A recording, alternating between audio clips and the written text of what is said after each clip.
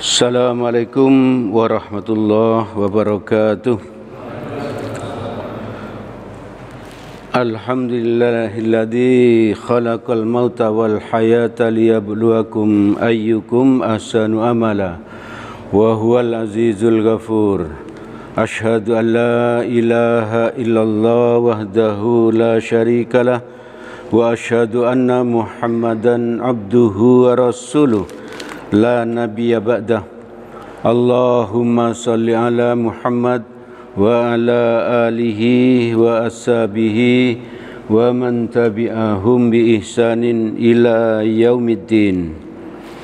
Jamaah salat maghrib Masjid Nurul Huda yang dirahmati oleh Allah, mari kita senantiasa terus bersyukur kepada Allah karena Allah telah memberikan nikmat-Nya yang sangat banyak kepada kita.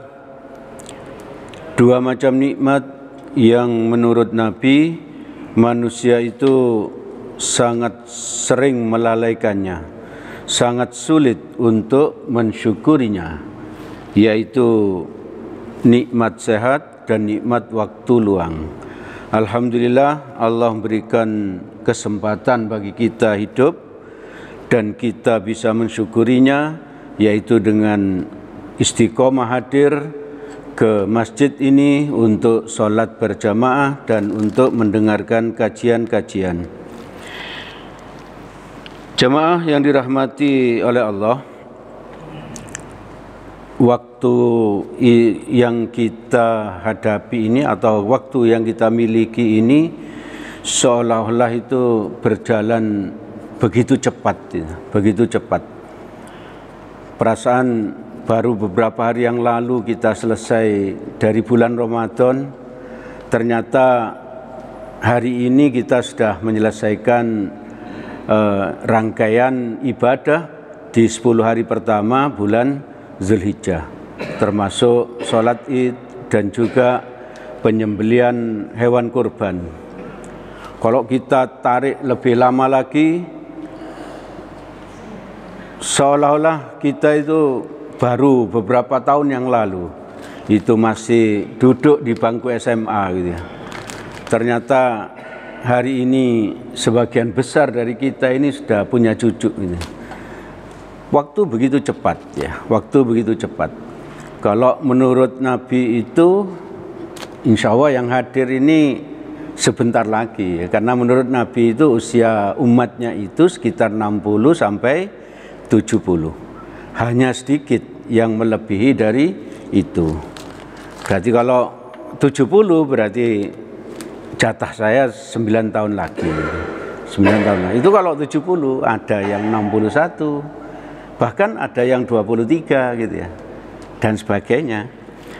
Nah, kalau kita amat-amati mulai kita akil balik misalnya, kita akil balik. Ternyata coba kita evaluasi diri kita sendiri, banyak kebaikan-kebaikannya itu yang berlalu begitu saja ya. Tidak kita manfaatkan dengan sebaik-baiknya ya. Berlalu begitu saja. Kalau sudah akil balik itu berarti kan sudah harus melaksanakan ketaatan-ketaatan kepada Allah. Dan sudah mulai dicatat amal baik dan amal buruknya, dan sudah mulai dimintai pertanggungjawaban. Nah, kenapa kita kok mulainya dari akil balik? Banyak waktu itu yang seharusnya kita masih muda, kita bisa ngaji kemana-mana, kita bisa mondok misalnya, atau kita bisa belajar dengan sebaik-baiknya. Tapi ternyata banyak kita lewati begitu saja. Ibu bapak, saudara-saudara yang dirahmati oleh Allah, juga kita ini sering menyia-nyiakan waktu kita ya. Kita sering menyia-nyiakan waktu kita. Padahal banyak sekali yang seharusnya kita lakukan. Dan itu kalau kita renungkan, seharusnya membuat kita itu ada penyesalan gitu. Ada penyesalan. Karena banyak sekali yang akan ditanya oleh Allah. Waktu luangmu untuk apa? Nah, itu. Waktu luangmu untuk apa? Terus kesehatanmu juga untuk apa? Banyak sekali yang ditanya oleh Allah tentang nikmat-nikmat yang telah diberikan oleh Allah. Mari kita manfaatkan kesempatan yang ada ini. Barangkali di antara kita ini ada yang jadi pengurus RT misalnya. Maka mari kita menjadi pengurus RT yang sebaik-baiknya. Jangan hanya menjadi pengurus RT yang titip nama ya. Namanya tercantum tapi tidak pernah aktif. Juga seperti menjadi takmir masjid ya. Juga mari kita manfaatkan sebaik-baiknya. Ada kesempatan apa saja yang dilakukan di masjid, mari kita manfaatkan sebaik-baiknya. Seperti kemarin baru kita laksanakan, yaitu menjadi panitia penyembelihan hewan kurban ya. Seharusnya kemarin itu kita manfaatkan dengan sebaik-baiknya. Karena semua yang kita lakukan akan mendapatkan ridhonya Allah dan mendapatkan pahala dari sesuai dengan apa yang kita lakukan ya. Sesuai dengan apa yang kita lakukan.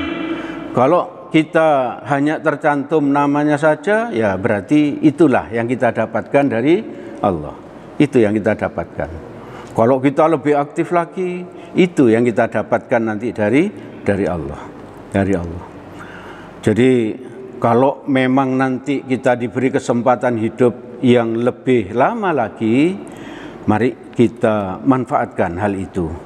Jangan sampai kita menyesal. Jangan sampai kita menyesal. Kalau mau tidur itu kita sebaiknya tidak langsung tidur. Minimal kita lakukan evaluasi mulai subuh tadi sampai menjelang tidur. Waktu kita terutama, kesehatan kita, untuk apa saja kita manfaatkan. Nah, kalau kita mengamati diri sendiri seperti itu, pastilah kita tidak akan punya waktu untuk mengamati orang lain. Karena apa? Karena begitu banyak waktu yang diberikan Allah kepada kita, tapi hanya sedikit yang kita manfaatkan. Jangankan kita ini tidak berbuat baik, ibu bapak, saudara-saudara yang dirahmati oleh Allah, berbuat baik pun, andaikan pahalanya diperlihatkan kepada kita, insya Allah kita akan menyesal ya. Coba kita ingat lagi kisahnya sahabat Nabi yang bernama Sya'ban radhiyallahu an. Beliau ini menyesal ya. Padahal beliau sudah berbuat baik ya. Beliau sudah berbuat baik tapi menyesal. Suatu hari Nabi datang ke rumah sahabatnya ini yang bernama Sya'ban ini. Karena apa? Karena Sya'ban ini biasanya sholat subuh ke masjid. Pada hari itu tidak sholat subuh, tidak hadir sholat subuh. Nabi bertanya, tidak ada yang tahu kemana Sya'ban ini. Didatangi oleh Nabi ke rumahnya ya. Ternyata Sya'ban ini meninggal dunia saat itu. Meninggal dunia. Nabi setelah mengurus jenazahnya, setelah menguburkannya, Nabi kembali ke rumah Sya'ban ya. Lalu bertanya kepada istrinya, apakah ada kata-kata atau wasiat yang disampaikan oleh Sya'ban ya, sebelum dia meninggal ya. Sya'ban ini orang yang enggak punya ya. Tidak ada yang diwasiatkan ya. Harta tidak ada. Maka tapi istrinya mendengar 3 kalimat yang istrinya tidak paham ya. Barangkali Bapak Ibu sudah tahu ini tentang kisah ini ya, tapi tidak apa, kita ingat lagi. Kita ambil hikmahnya. Lalu apa yang dikatakan oleh Sya'ban? Pertanyaan Nabi kepada istrinya. Istrinya menjawab, suami saya itu sebelum meninggal dia berkata, andaikan lebih jauh. Lalu suami saya bilang lagi, andaikan yang baru. Lalu suami saya bilang lagi, andaikan semuanya. Nah, kalau kita mendengar kalimat seperti itu, pastilah kita tidak paham ya, tidak paham. Istrinya Sya'ban juga tidak paham. Tapi Nabi Muhammad karena diberitahu oleh Allah, beliau tahu maksud dari kalimat Sya'ban ini. Maka Nabi menjelaskan kalimat yang pertama, kata Nabi, andaikan lebih jauh. Suatu hari suamimu, katanya Nabi, menceritakan kepada istrinya, pergi sholat ke Masjid Nabawi, dan di jalan dia ketemu dengan orang buta yang sedang menuju masjid. Oleh suamimu, orang buta tadi dituntun masuk ke masjid, masuk ke masjid. Nah, ketika tadi suamimu mau dicabut nyawa, sebelum dicabut nyawa itu oleh Allah diberitahu pahala menuntun orang buta ke masjid tadi. Karena pahalanya sangat besar, suami bilang, andaikan lebih jauh. Jadi berbuat baik, yaitu nuntun orang buta, itu berpahala. Pahalanya besar, diperlihatkan oleh Allah ketika kita mau meninggal. Sya'ban tadi menyesal, kenapa kok saya menuntunnya tidak lebih jauh gitu. Apalagi kalau kita berbuat jahat, apalagi kalau kita ini tidak memanfaatkan waktu kita, apalagi kalau kita ini tidak memanfaatkan tenaga kita, tentu penyesalannya jauh lebih besar. Tentu penyesalannya lebih besar. Ini orang yang berbuat baik saja setelah tahu pahalanya, maka dia menyesal. Kenapa kok tidak lebih jauh? Lalu kalimat yang kedua, kata Nabi, andaikan yang baru. Di Mekah itu, di Madinah itu kan jalannya berdebu gitu ya. Apalagi kalau sedang banyak angin gitu. Dan pagi hari lagi subuh, kadang sangat dingin gitu ya. Maka Sya'ban itu memakai dua baju gitu. Yang dalam itu baju bagus, yang luarnya baju yang jelek gitu ya. Nah, kenapa kok Sya'ban memakai baju seperti itu? Karena dia mungkin menahan dari debu dan juga dari dinginnya kota Madinah. Dia berjalan ke Masjid Nabawi, di tengah jalan ada orang tua yang kedinginan gitu. Ada orang tua yang kedinginan. Secara refleks Sya'ban tadi membuka bajunya, baju luarnya. Pasti baju yang jelek ya, karena yang di dalam yang bagus, yang lebih baru. Yang jelek dipakaikan ke orang yang kedinginan tadi, lalu dituntun lagi ke masjid. Ketika Sya'ban mau meninggal, diperlihatkan oleh Allah pahala memakaikan baju tadi. Makanya Sya'ban bilang, andaikan yang baru. Karena yang dia pakaikan ke orang itu adalah baju yang bekas. Punya arti apa? Kalau kita mau berinfak, itu marilah kita pilih dari harta kita yang terbaik.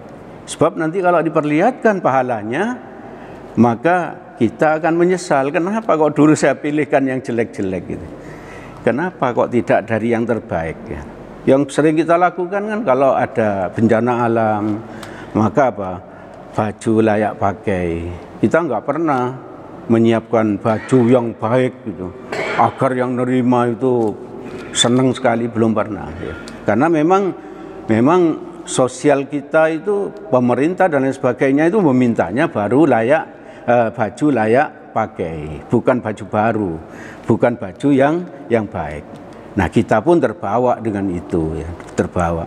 Nah, ini tadi Sya'ban, dia menyesal, kenapa kok bukan yang baru? Kenapa kok bukan yang baru? Lalu yang ketiga kalimatnya, andaikan semuanya. Andaikan semuanya.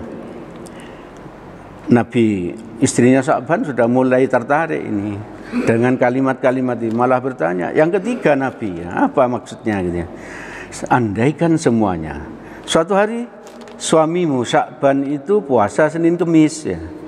Ketika buka puasa, dia buka puasa pakai roti, ada pengemis datang. Kalau di Madinah, di Mekah itu orang-orang kayak gitu di zaman Nabi ya, yang jadi pengemis, tadi orang tua yang kedinginan, orang tua yang buta tadi itu kadang itu adalah malaikat yang diutus Allah. Untuk apa? Untuk menguji keimanan sahabat-sahabat Nabi gitu ya. Untuk menguji gitu. Nah, kan sahabat Nabi itu waktu itu kan memang orang-orang yang pilihan ya, umat yang terbaik. Sehingga banyak sekali malaikat itu berjalan dan sahabat Nabi banyak bisa melihat ya. Banyak bisa melihat.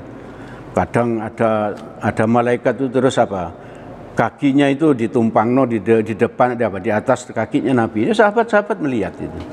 Itu menunjukkan sering sekali sahabat melihat para malaikat. Nah, ini tadi Sya'ban ini begitu buka puasa dengan roti, ada pengemis yang minta-minta. Dia bilang lapar. Oleh Sya'ban susunya itu diparuh ya. Satu gelas, ambil gelas lagi dibagi dua. Lalu rotinya dibagi dua gitu. Nah, pahalanya ketika Sya'ban itu mau meninggal diperlihatkan oleh Allah. Ternyata besar. Ternyata besar. Maka Sya'ban menyesal. Andaikan semuanya saya kasih gitu ya. Andaikan semuanya. Jadi ibu bapak, saudara-saudara yang dirahmati oleh Allah, sahabat Nabi ini berbuat baik, dia menyesal karena tidak melakukan dengan yang terbaik. Dia menyesal. Maka mari kita pelan-pelan untuk meniru ini, kita latih diri kita, mental kita agar melakukan sesuatu itu dari yang terbaik. Yang terbaik gitu. Kalau infak yang terbaik, minimal itu bukan dari sisa-sisa ya. Jadi kalau infak itu gaji atau pensiunan langsung dipisah, minimal 2,5%. Ya. Kalau pensiunannya 1 juta berarti 25.000 dipisah langsung masukkan. Lebih bagus lagi kalau masukkannya setiap pagi subuh. Setiap pagi subuh 25.000 tadi itu masukkan 1.000 pagi subuh. Masukkan 1.000 terus itu. Itu pasti dahsyat itu. Pasti dahsyat. Jadi bukan dari sisa belanja setelah mau habis kita belanja dulu ada sisa 5.000 baru kita masukkan kotak infak. Tapi tidak, kita mari belajar dari penghasilan kita langsung kita kita bisa untuk infak sekian, untuk korban sekian, untuk tabungan haji kalau memang masih ada sekian, terus direncanakan. Kalau kita merencanakan seperti itu, seperti sering kita sampaikan, semoga Allah menolong kita sehingga kita bisa berkorban tahun depan, sehingga kita bisa berhaji atas pertolongan Allah. Bukan karena kehebatan kita, bukan karena kemampuan kita, karena kita pada dasarnya tidak bisa apa-apa. La haula wala quwata illa billah. Ibu bapak, saudara-saudara yang dirahmati oleh Allah, mari kita banyak-banyak mengambil hikmah dari kisah para sahabat. Malam ini tentang Sya'ban itu insya Allah sudah hafal semua. Tapi kalau kita ingatkan lagi, oh iya, mari kita belajar berbuat sebaik-baiknya. Berbuat sebaik-baiknya. Kalau maghrib itu sekarang jam 17.23, kita jam 17 itu sudah mandi paling telat, paling telat. Sehingga datang ke masjid tidak terlambat. Jadi mudah-mudahan dengan kisah yang saya sampaikan ini ada penyesalan-penyesalan dari diri kita bahwa kita selama ini belum melakukan yang terbaik. Belum melakukan yang terbaik. Sehingga di kesempatan yang akan datang kita bisa melakukannya ya. Mudah-mudahan Allah menolong kita. Itu yang bisa saya sampaikan pada kesempatan ini. Segala yang baik dan benar semuanya berasal dari Allah Subhanahu wa ta'ala. Semoga ada manfaatnya bagi kita. Semoga Allah menolong kita agar kita menjadi orang yang selalu lebih baik dari sebelumnya. Amin amin ya rabbal alamin. Apabila ada salahnya saya mohon maaf yang sebesar-besarnya. Mari kita tutup majelis ini dengan doa kafaratul majelis. Subhanakallahumma wa bihamdik asyhadu an la ilaha illa anta astaghfiruka wa atubu ilaik. Assalamualaikum warahmatullahi wabarakatuh.